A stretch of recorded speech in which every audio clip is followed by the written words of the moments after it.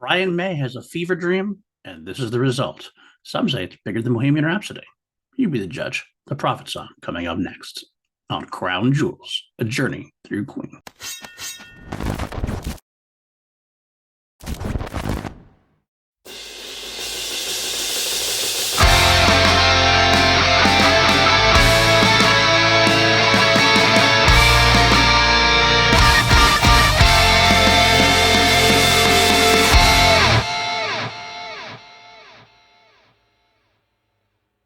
What's up, everybody? Welcome back to PLD Projects Crown Jewels, a journey through Queen. I'm your host, PLD, and we have reached the most epic song from A Night at the Opera, and it is not Bohemian Rhapsody.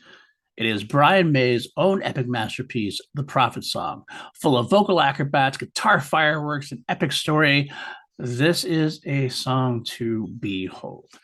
We have a couple of versions we're going to listen to today from the studio, one unreleased live version we're going to listen to, and we'll decide which version of the Prophet Song is the best version, the crown jewel version, if you will, to put into our ultimate playlist. Originally titled People of the Earth, divided into four parts, Brian May's masterpiece is hard to describe. So I will read you a quote from Brian himself, as he probably gives the best description. Brian May says, I had a dream about what seemed like revenge on people. I couldn't really work out in the dream what it was that people had done wrong. It was something like a flood. Things had gone much too far, and it's kind of a reparation. The whole thing had to start again.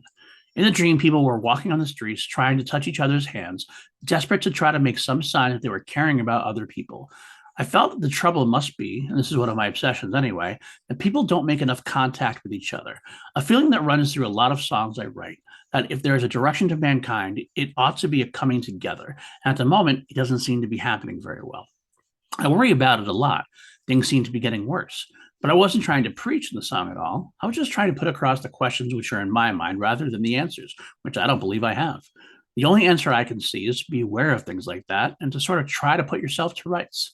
There is an overseer in this song, though, whose cry to the multitudes is to listen to the warning of the seer. And the song is this guy who also appeared in a dream. I don't really know whether he was a prophet or an imposter, but anyway, he's standing up there and saying, look, you got to mend your ways. I still don't know whether he's the man who thinks he's sent from God or whether he isn't. To follow that up, Freddie had a much smaller quote, just said, Brian has an outrageous mammoth epic track, which is one of our heaviest numbers to date. He's got his guitar extravaganza on it. You see, Brian has acquired a new guitar specially built so he can almost make it speak. We'll talk on this track. Some great quotes there from Brian and Freddie to talk about the song itself. Written by Brian, it features Freddie on lead and backing vocals, Brian on acoustic electric guitars, backing vocals, and a toy koto. John Deacon on bass, Roger Taylor on drums and backing vocals. And before we get into anything further, let's talk about the versions we're going to listen to. We have the album version. We have the early mix version, which is unreleased. It's from a reel-to-reel tape. It's an instrumental backing track with some slight differences. And we have an unreleased live version that came from Hyde Park in 1976. Now, I must be in completest form to let you know there was another version called the DVD audio version, the format they released the album on back in the early 2000s. Only problem with it, or not really problem with it, the only difference is there's about 11 more seconds of the intro, which doesn't really change anything except for add maybe a little more atmosphere. So we're not going to listen to that at all. But if you want to, go find that. Feel free. So let's listen to the studio version first and come back, and then we'll talk about it, and we'll listen to the other versions as well. And again, we're going to find out which one we're going to put on our ultimate playlist. Now, if you look in the description below, you'll see a link to a YouTube version of The Prophet Song, the studio edition. So hit pause now, go listen, and then come back for more. Listen to the wise. Welcome back. Before I go into my thoughts on the song, one last quote from Freddie Mercury. That's a Brian May track, really. It's one of the nicest songs on the album. It really took a long while to record that one.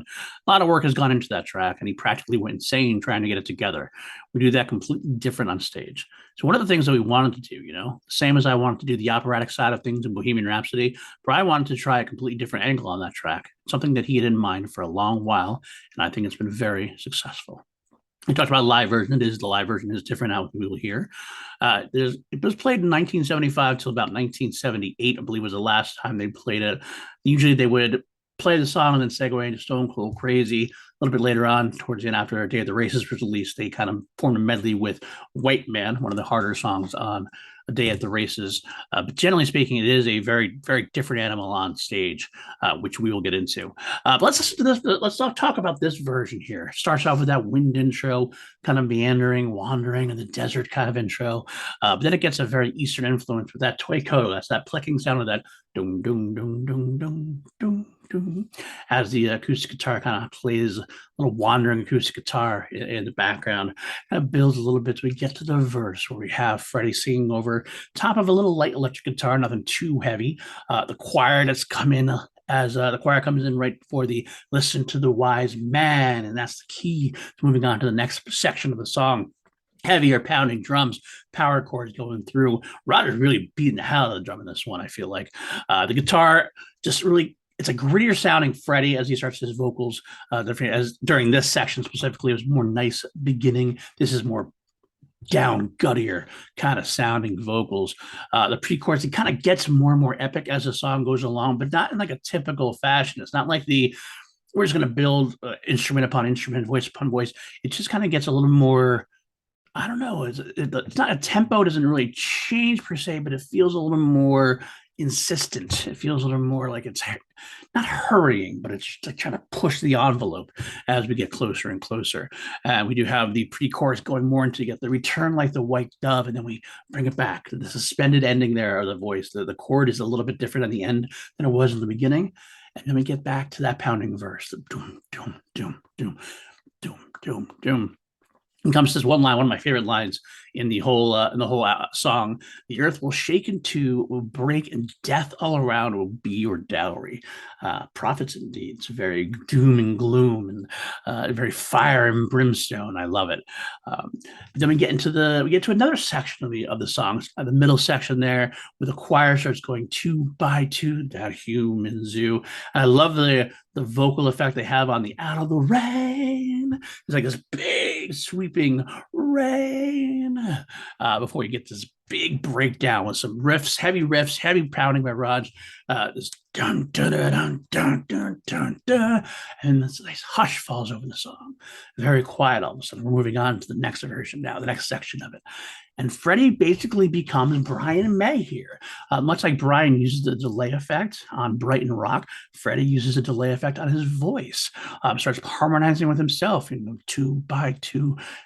Now I know. And he uses it to great effect. So he starts harmonizing with delay. Building. Now, live at some points, I know that he does like a little bit of Three Blind Mice in there to really kind of play with that whole call and effect kind of thing. But then towards the end of that little section, Roger and Brian start joining in, and they really use the space so well, panning, centric channels, right, left, bouncing things around. One of my favorite parts is there's a section where they sing, "Come here," on one side and I, you on the other. But the way it comes, he's like, "Come, I hear you. Come, I hear you." So it almost sounds like he's saying, "Come, I hear you." Maybe that's what the intention was. I'm not sure. But it sounds very cool hearing that back and forth as that goes. And then finally get to the listen to the madman. And then there's an instrumental break with some slatting, some guitar work again. And then we almost go back to this like the pre-chorus, which was that intense pre-chorus, but it's never goes back down all the way. It goes back to this more epic level, still pushing, and there's no pause for finally the listen to the madman, almost as if we're mad ourselves. We've lost the rails. We're off the rails at this point, completely gone until the end. And then as it ends, this nice little winding staircase of a guitar that feels a lot like something that inspires Brian for the next album, A Day at the Races. When we get there, we'll hear this kind of winding MC Escher staircase he does of guitars.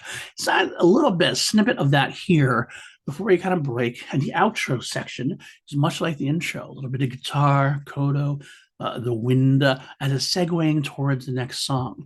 And the next song on the album is "Love of My Life," which has become definitely more famous since the film. I feel like it's a song that's really reached worldwide. But it played much differently on the album than it is in the live space. But this this outro session, this segue sounds like what it starts to be in the live version. So it feels like they took the outro here and based Love of My Life on this version. Now, in the next week, when we talk about Love of My Life, you'll learn that it's a piano song on the album compared to the Freddie, Brian, and the acoustic guitar that they do in concert. But then that's how it ends. What a great song! What a great, such a movement, power, chords, guitar work, everything is just top notch. I really do love this track. But yeah, let's get into the next one we're going to listen to here. This one is the early mix. It was from a reel-to-reel tape, just like last week. We had some earlier versions.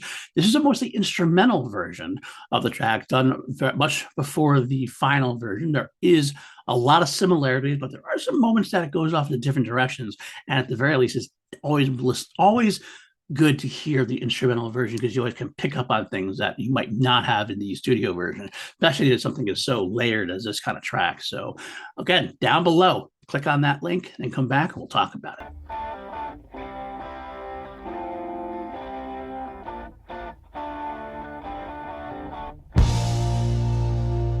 And there you have the early mix. It's about 5 minutes instead of 8 minutes, and most of that is the intro and outro, like atmospheric sounds. We get basically the crunch, the chunk of the song there in the middle is what we get here. The bass is very heavy in this mix. I do find that to be true. It's a little heavier than the finished version. What's more clear to me is Brian's individual note playing that kind of gets obscured, I think, by the vocals in the studio version. Overall, it's a good sounding instrumental, but you got to keep in mind this wasn't written as an instrumental, so it does sound sparse and kind of bare without the vocal track. The vocals really drive this song. Those harmonies, they really add to the epic feel of it. They really kind of drive you forward. The instrumentation is great, but it's not written as an instrumental. So there's definitely gaps there. There's definitely stuff that are missing that would have been there if they actually performed this as an instrumental song. But it's still really cool to hear. I do like hearing it without it. Even if it's not my favorite thing in the world, because it just gets to hear those little textures that you can't hear otherwise. We do get some bonus guitar a little bit towards the end there, like right before the crescendo, there's some of that. And we get some more like extra harmonic guitars as we close the track. But all in all, it's interesting to hear. It's an interesting take. I can say right now, I'm definitely going to choose a studio version over this one because this is not a complete song. This is, first of all, I like the atmosphere at beginning and ending. It really adds to that kind of that feel of what we're going for. And I like the vocals. So without the vocals, it's definitely not going to be my crown jewels, not going to be my favorite version. But I'm glad I get to listen to this and hear some of that stuff. All right, we got one more to listen to. That's the live version.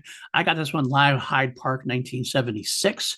This is before White Man. This is what they actually would go right into Stone Cold Crazy. I don't have that, but this is how the track was done live.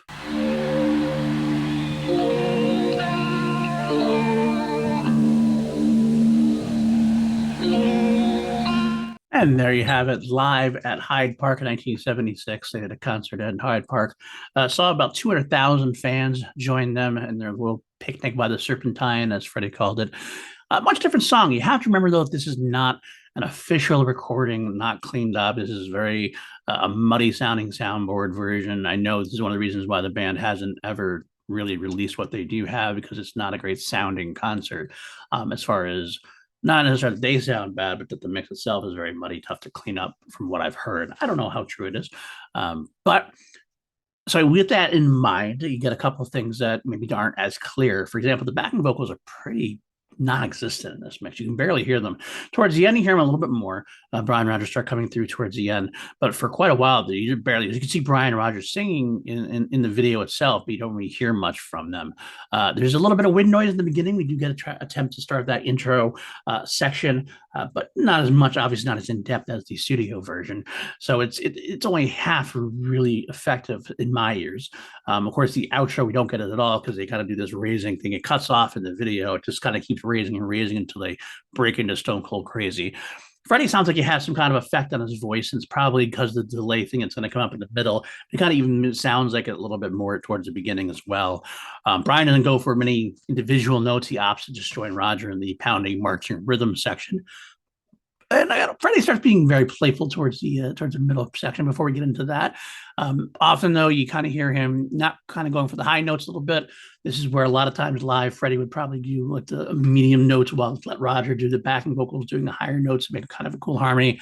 Again, this might be because Roger's backing vocals wasn't really as audible, so it's become a little more distinctive. The Freddie's not going for the main melody. It's not a bad thing. It's not necessarily a bad thing, but I would like a proper version with the right vocals there. The middle is where this song is vastly different. Freddie really just kind of plays with it, jams with himself because of the delay vocals. He starts playing with the audience a little bit as well. He does it completely different, starts throwing in different ahs, oohs, and different fast versions of tracks.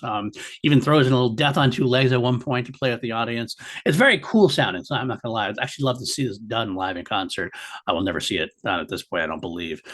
It is a heavier version, it feels like live. They kind of just go for it. They don't have that layered acoustic Kodo sound. It's all Brian and electric. So it makes sense that it's a very much heavier version of the song. And the heaviest section does actually sound the most like the album version, to be completely honest. Like I said, it's that's what it is in the album version. So that makes sense. But that is the final version we're going to listen to today. So we have to sit back and think and decide which one is going to be our crown jewel. So there you have it. Which is the crown jewel? In the comments section, leave it. Do you think is the greatest version of the Prophet song? Which version would you want to put in your ultimate playlist? The album mix, the early instrumental mix, or live in Hyde Park? Well, I know what I knew. I'm going to list it as. I'll give you my reverse ranked order. For me, the least one I'm going to listen to is going to be the early mix, the early live mix. Again, without the vocals, without the intro and the outro, the way it is, it feels like a very complete song. It's a fun listen to. It's nice to hear, but it's not something I'm going to call my favorite version. It's just that simple. From there, is it the album version or is it the live version? This is the kind of song that I think you need the studio version for, the original official studio version, because it's so textured, because it's so layered, and because you can do stuff in the studio that it's hard to recreate in a live setting with just the four band members at that point. I do like the live version. I think it's fun. I think the Freddie middle section almost makes up for you because you never know what you're going to get from Freddie there. Specifically, anytime you hear a live version, I've heard many live like bootleg versions, and it's always different. It's always something different, like a Three Blind Mice. Like I said, I think I said that earlier. They do Three Blind Mice sometimes. He'll do all sorts like Frere Jacques. He does all sorts of things in the middle. It makes it kind of a fun, adventurous listen. But at the end of the day, the best version of the song is definitely the studio version, the full 8 minute with the intro, with the outro, get you right into the mood of the song and the crux of it with those big powering vocals, those big usage of the sound space, whether it be the left panning, left, right, center, delay, everything just all works so well in that studio version. So that, my friends, is the PLD choice for Crown Jewel, and will go in the ultimate playlist. Now, beyond that, does this song go into my top 10? It's been a little while since we've had an entry in the top 10. And I'm happy to say this one does. This one does. In fact, this one goes all the way up the charts, landing at number 3. Doesn't quite pass White Queen or March the Black Queen at 11. No perfect 11s because we always rank things between 1 and 11 here on PLD Projects. We turn it up to 11. But I will give the Prophet song a solid 10.5 and my favorite of the 10.5s. We now have 5 tracks which are 10.5 and above. From the bottom, 10, 39, 9, My Fairy King, both at 9.5, 8, Seven Seas of Rye, 7, In the Lap of the Gods, 6, Brighton Rock, all at 10, Lily of the Valley, In the Lap of the Gods Revisited, the Prophet song at 10.5, and like I said, March of the Black Queen and White Queen as it began, sitting pretty with a perfect score of 11. It does mean we have to slide Tenement Funster off the list. I love Roger's Tenement Funster, but the Prophet song, that says something to behold. And there you have it, folks. Thank you so much for tuning in to the Prophet song next week. Love of My Life, one of Freddie's most popular non-singles, definitely from the album and from the many concert tours they did it with. It's a great, wonderful, beautiful track. But that's next week. If you have liked what you've heard and this is your first time here, please click that like, click that subscribe. If you're listening on the audio feed, just give us that 5-star rating. It definitely helps the project out. helps PLD projects out. I really do appreciate any help you can give me. And if you further like to support the channel, we have a Patreon, patreon.com/PLD projects. I can join such people like Austin Cadell, Jeremiah Morris, Matthew Kearns, Brandon Buckingham, Jeff Halterman, and a bunch of others that really help me keep the lights on. I really do appreciate you guys for helping me that way. I love this crew. I love PLD projects and doing everything I get to do. Join if you're on the YouTube channel. There's the other main PLD Projects YouTube channel. It does more movie stuff, Star Wars podcasts, two mediocre white dudes on film. We go through franchise films, Class Action, where we put up two films up against each other. We do a V podcast. The Harrisons podcast is coming, but that's neither here nor there. That is in the future. Right now, you're here listening to the Prophet Song, and I can't thank you enough. Next week, love of my life, and I'll see you then. Keep yourself alive, everybody. Keep on rocking. God save the Queen.